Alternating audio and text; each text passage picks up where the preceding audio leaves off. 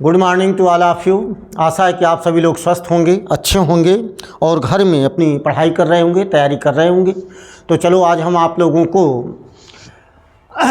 3 संख्याओं का लासापा भाग विधि से कैसे निकाला जाता है सिखाएंगे। पिछले व्याख्यान में हमने गुणनखंड विधि से सिखाया था। आज भाग विधि से लघुत्तम समापवर्त ज्ञात करना सीखेंगे। देखिए, जैसे मान लीजिए हमारे पास कोई एक उदाहरण है 54, 135, 189। मान लीजिए कि जैसे 54, 135, 189 का भाग विधि से लासापा ज्ञात करना।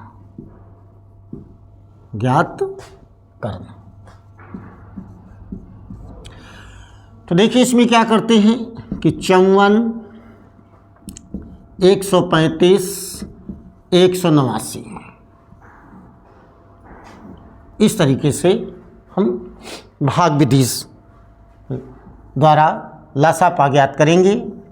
तो सबसे पहले हम सबसे छोटी अभाज्य संख्या का चयन करते हैं, उसमें भाग देते हैं। सबसे छोटी अभाज्य संख्या हमारी आ गई 2।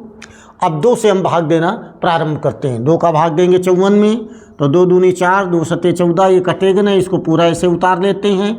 और इस भी 2 से नहीं कटेगी, इसलिए पूरा उतार लेते हैं। अब इसके बाद में 2 से कोई संख्या कटती हुई नहीं दिखाई दे रही है, तो अब हम 3 से भाग देंगे। सबसे पहले 3 से, तो 3 9 27, 3 चौको 12, 3 25 15, 3 18, 3 त्रिका 9, 3 से कट गया। इसके बाद पुनः 3 से संख्याएं कट रही हैं। 3 त्रिका 9, 3 एकम 3, 3 25 15, 3 दूनी 6, 3 एकम 3। इसके बाद फिर 3 से कट रहा है, तो 3 एकम 3, 3 25 15, 3 सत्ते 21। इसके बाद में देखिए फिर 5 से, तो 5 एकम 5, फिर 7 बचा। अब हम 7 से भाग देते हैं, तो 7 एकम 7। इस प्रकार से जो हमारे अभाज्य गुणनखंड हैं वो आपने देखा कि 2 3 3 5 7। अब लासा कैसे ज्ञात करेंगे? तो अभीष्ट लघुत्तम समापवर्त बराबर कैसे ज्ञात करेंगे? 2 गुणा 3 गुणा 3 गुणा 3, ये हमारे अभाज्य गुणनखंड मिल गए हमको, गुणा 5 गुणा 7। तो ये हो गया 2 गुणा 3 त्रिका 9 त्रिका 27, 5 सत्ते 35, तो ये हो गया 35 दूनी 70 गुणा 27। अब 7 सत्ते 49, 7 दूनी 14, 4 18, 1890। तो ये हमारा उत्तर हो गया 1890।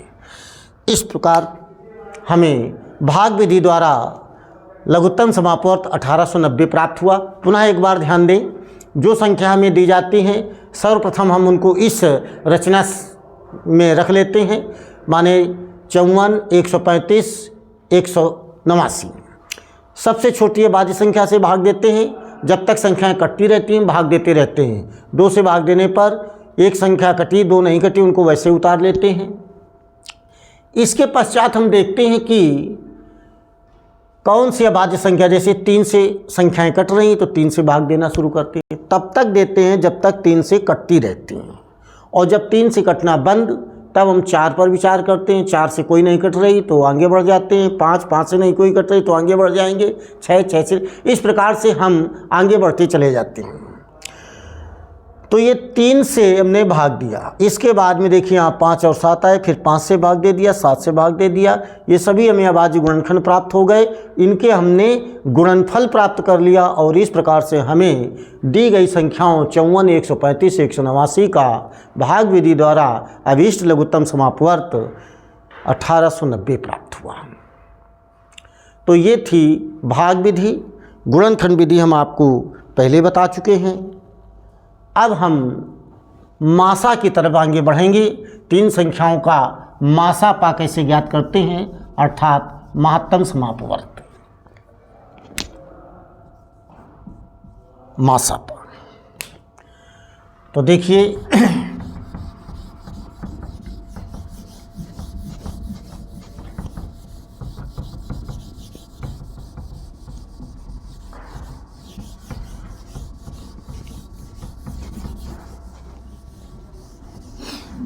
मासापा क्या होता है। जब हमें 2 या 2 से अधिक संख्याएं दी जाती हैं और ये कहा जाता है कि उनका महत्तम समापवर्त निकालिए, तो हम महत्तम समापवर्त पता लगाते हैं, अर्थात महत्तम माने बड़ी से बड़ी, वह बड़ी से बड़ी संख्या जिसका भाग दी गई संख्याओं में देने पर कोई शेष नहीं बचता, अर्थात दी गई संख्याएं पूर्णतया विभाजित हो जाती हैं, तो वह बड़ी से बड़ी संख्या ही हमारा महत्तम समापवर्त कहलाती है। और महत्तम समापवर्त ज्ञात करने की हमारे पास 3 विधियां हैं। तो नंबर 1, अपवर्तक निकालकर, अपवर्तक निकालकर,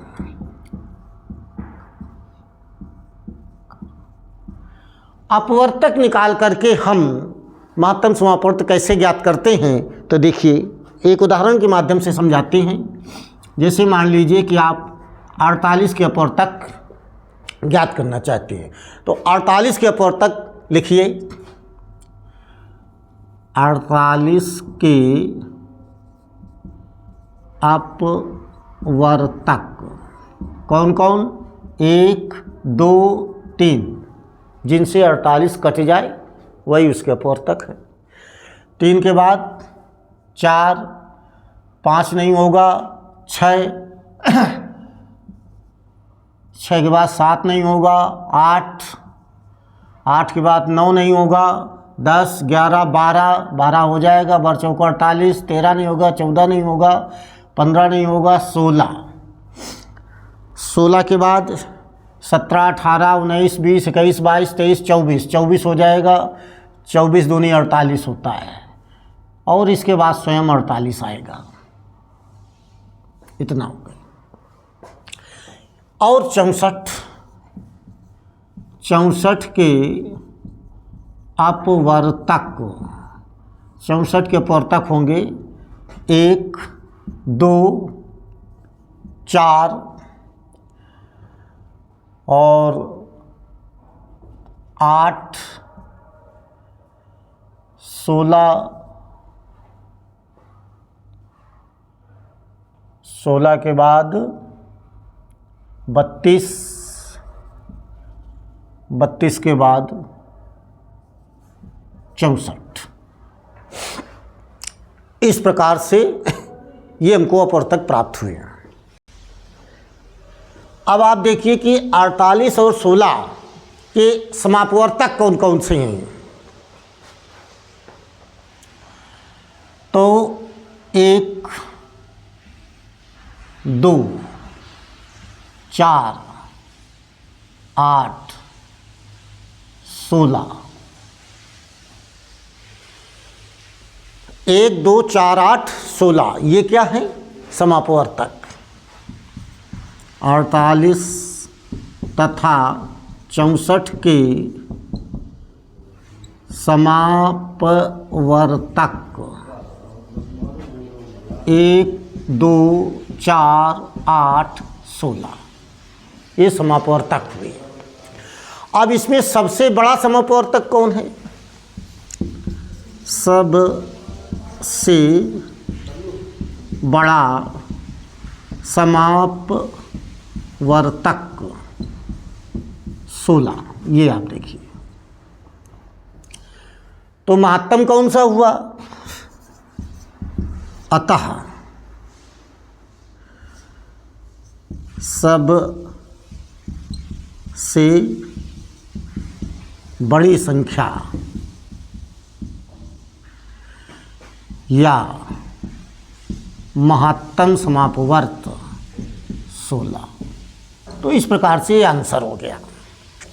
तो तो आपने देखा कि पहली विधि है अपवर्तक निकाल कर, तो दी गई संख्याओं के हम पहले अपवर्तक लिख लेते हैं।